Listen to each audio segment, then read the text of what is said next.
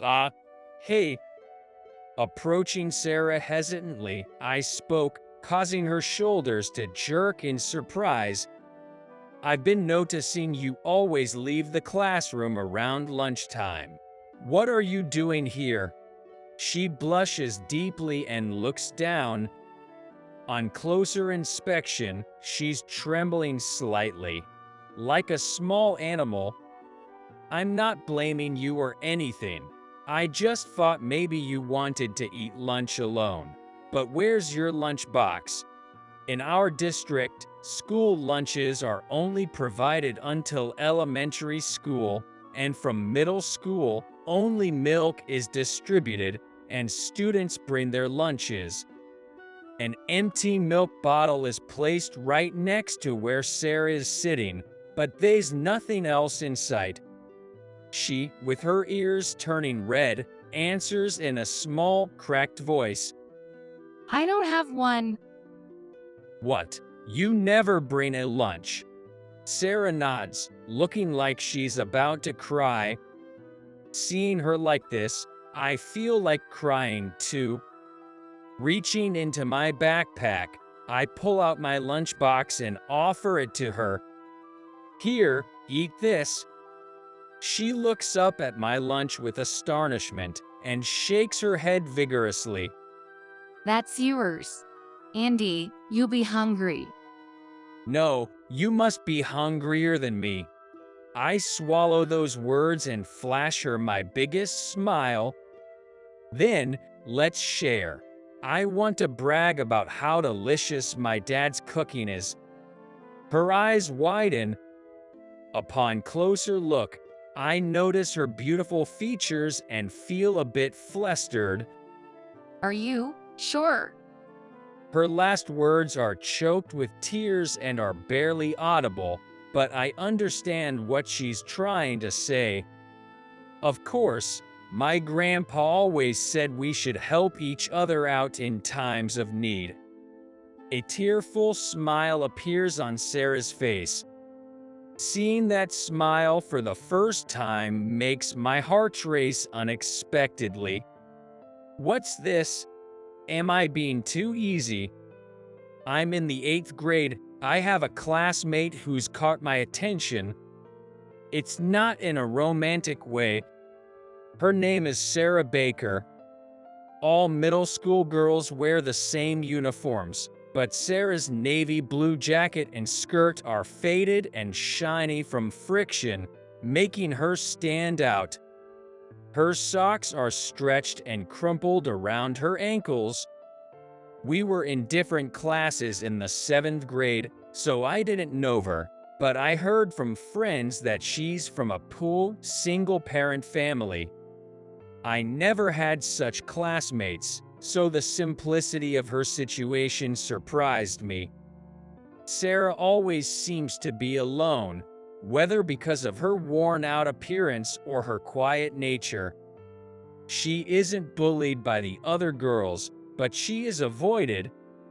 The most striking thing is, every lunchtime, she leaves the classroom with her backpack. Teacher. Sarah left the classroom again. Asking the teacher, who is passing by in the hallway, I receive a vague response. It's fine. It's Sarah. With the rule of facing forward while eating lunch in the cafeteria, why is Sarah the only one allowed to eat alone outside? It makes even less sense. Today, I decide to find out why she always eats alone. Pretending to be unwell, I tell a lie about going to the nurse's office and wander around the school until I find Sarah sitting behind the school building. It's delicious. When Sarah bites into the omelet, her eyes light up as if she's deeply moved. Right, my dad's omelet is the best in the world. She smiles gently. Yeah, it's the world's best omelet. Sarah, during 7th grade, felt embarrassed to eat with everyone because she didn't have a lunchbox. She asked her teacher if she could stay outside until lunchtime was over, and it seems she has been allowed to do so even in 8th grade. I, rushing back from school, dashed into the kitchen. Dad, from tomorrow, prepare lunch for 2. My dad, preparing dinner, looks up. Why for 2, Mike? Can you help with the appetizer? Answering me, he works busily, his eyes and hands never resting. To avoid disrupting his work, I quickly explained that a classmate, too poor to bring lunch, needed help. All right, I'll prepare a special lunch for tomorrow. Look forward to it. I said, thanks, and left the kitchen. We run in. My mom is the landlady and my dad is the chef. It's a small and the building is very old, established in 1925, but it's popular for delicious food and cozy rooms, attracting many regular customers. The next day, I spot Sarah walking in the hallway during break, rush back to the classroom, and grab my extra bag. Sarah. Handing her the lunchbox, she looks more surprised than yesterday. There are 2 today. This one is yours. But Seeing her wanting to say something, I pushed the lunchbox towards her firmly. Don't waste food, just take it. I turn on my heel and head back to the classroom. Was I too forceful? I worry. But I don't have time to look back and check Sarah's expression. Lunchtime. Sarah is at the cafeteria. She unwraps and starts eating her lunchbox. Other classmates watch her. Andy, why did you give Sarah a lunchbox? Hey, do you like her or something? Soon everyone senses that I gave her a lunchbox and I get teased by those jerks. Giving a lunchbox means I like her. If you were the one without a lunchbox at school, could you stand it? Isn't it normal to help when you know someone doesn't have lunch? What, am I wrong? I, unintentionally adopting a confrontational attitude, am irritated, not only with the guys who are teasing me, but also with those who have known and ignored it, in the same class in 7th grade, and the teacher. Sorry, Andy. We didn't think about it. They're not bad guys if you talk to them right. The girls must be the same. After that, no one teases me for giving Sarah a lunchbox. It's not just that. Sarah, I can't eat this bread anymore. Can you take it? My mom made too many sandwiches. It would be helpful if you could take them. Girls who had been completely ignoring Sarah start talking to her, offering her extra food under the name of leftovers. Sarah crumples her face and starts crying. I almost cry too. I snap back to reality and realize I am no longer a middle school student. 20 years since then. I wonder if she is doing well. After college, lacking culinary talent, I didn't start as a chef, but as a management trainee at the inn, and now I support my mom as a manager. That being said, the business is not all smooth sailing. Rather, it's in a state of financial crisis. It has become a popular tourist destination rich in nature, attracting not only individuals but also group customers. With that, well-known major hotel chains began to expand in this area. This is affecting our inn's business. It is difficult for a small private inn like ours, which has been in business for a long time, to compete with major hotels. Our regular customers still visit, but we can't attract new or group customers. The aging of the building is one of the reasons. I believe that renovating the building would attract customers, but we are struggling financially and can't afford the renovation work. Around this time, there was a plan to convert this area into a new residential area. The commuting area to city center is expanding year by year, and even 2 hours one way is now recognized as a commuting area. There is nature here, like rivers and valleys, and it's lush with greenery. Raising children in such a place and commuting 2 hours to New York is their concept. Along with this, acquisitions of buildings and land have been progressing. Naturally, the talk reached me too. Running a private inn here is impossible now. It's more solid to sell the land, receive a large sum of money, and prepare for retirement. My parents are old enough. The anxiety is too great to support this inn alone. What should I do? What should I do now? I was holding my head. Then I saw a luxury black car approaching our inn through the glass door. And it's not just one vehicle. There are several of them.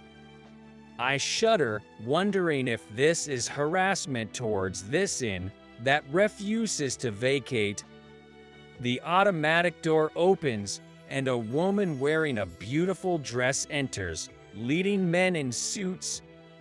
She notices me, frozen in the lobby, and runs over with a shout.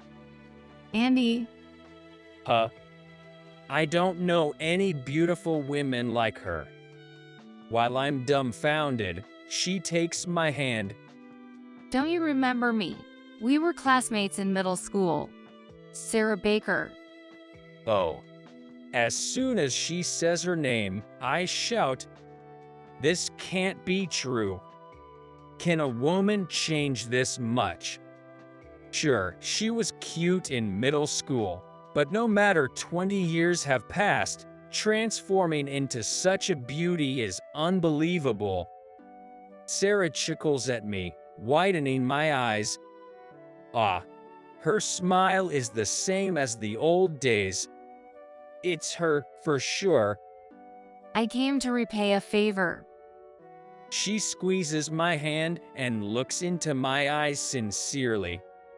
I want to help save this inn. 3 months later, after taking a significant risk with a temporary closure, the inn has been fully renewed and reopened. The exterior of the old-fashioned architectural style was retained, while the interior and all other aspects of the building have been completely renovated. The cold floor has been replaced with a beautiful red carpet, giving the lobby a brighter look with natural light. A new lounge bar has been established, and a terrace has been added for guests to relax on sunny days. Of course, the taste of our proud cuisine remains the same. Sarah funded this entire renewal. In return for the funding, we provided shares of our company. If we make a profit, so does she. But this area is transforming into a residential area, and I don't know if the business will go well. Even so, should we accept such a large investment? I show my uneasy face, and Sarah smiles. I would have wanted to give you money directly. But knowing you, Andy, you wouldn't accept it. So that's why I proposed this, and I would be troubled if you refuse. After graduating middle school, Sarah worked while attending a part-time high school. After high school, to support her family, she became a hostess. Deciding to succeed in the hostess business, she cherished her connections with clients and became number one. When she was able to support her mother, she decided to quit the job and go to college, Using the connections she made during her hostess days, she established a venture capital firm while in college. Venture capital firms invest in unlisted venture companies, acquiring stocks, aiming to gain substantial profits by selling the stocks when those companies go public. One of the venture companies she invested in obtained a patent and became globally famous, and she earned a considerable profit.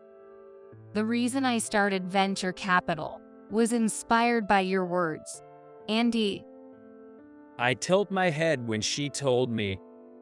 Words of your grandpa. When in trouble, it's all about helping each other out. I was helped by you when I was in trouble, so I thought it was time for me to help someone in trouble now. It's not just about volunteering or a spirit of sacrifice. It's also about making it a viable business, creating a win-win situation. I'm sure Sarah must have had her share of struggles to get here. But even that, she turned into nourishment and climbed her way up to success. You're amazing. I, myself, thought you were amazing back in middle school. No one would even look at me. I was treated as if I didn't exist. Among all, you were the one to extend a helping hand. But that's not all. You even changed the attitudes of our classmates. You're the game changer in my miserable life. From there, the flow of my life changed all at once. Tears welled up in her eyes. I feel like crying too. When I found out your inn was in a financial crisis, I thought it was time to pay you back. A time of trouble is a time of mutual aid. Finally, I could tell you directly.